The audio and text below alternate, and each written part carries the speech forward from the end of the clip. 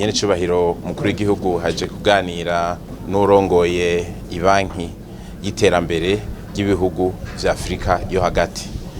Yari yaje kugira ngo yidondore kuko ni mushasha amaze mabanga amezi abiri gusa, nkuko rero basanzwe babikora, bariko baratemberera ibihugu bigize iryo shirahamwe.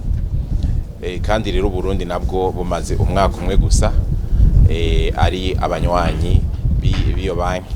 Nyenicubahiro mukuru w'igihugu rero yamuganiriye cyane ko bahuriye aho Nyenicubahiro amaze imisi ibiri mu ihuriro ry'ugwaruka rw'incabwenge, aho baheruka kugurura ikigo cirusi muri komine Shombo mu ntara ya Karusi, aho araka nyamuneza kuvyo Nyenicubahiro mukuru w'igihugu yari yemereye ugwaruka, bikaba bibaye mu myaka ibiri nkuko ari yabivuze, kandi akaba ari iteka ku gihugu cy'u Burundi kuko ari kigo cubatswe mu mafaranga avuye mu Burundi ata amafaranga avuye mu mahanga arimo.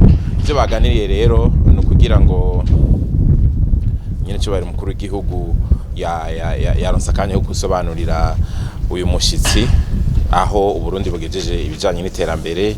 Aramwereka yuko Uburundi bukeneye umutahe wo kugira ngo butangure, kuko murabona ko buri ku kivi.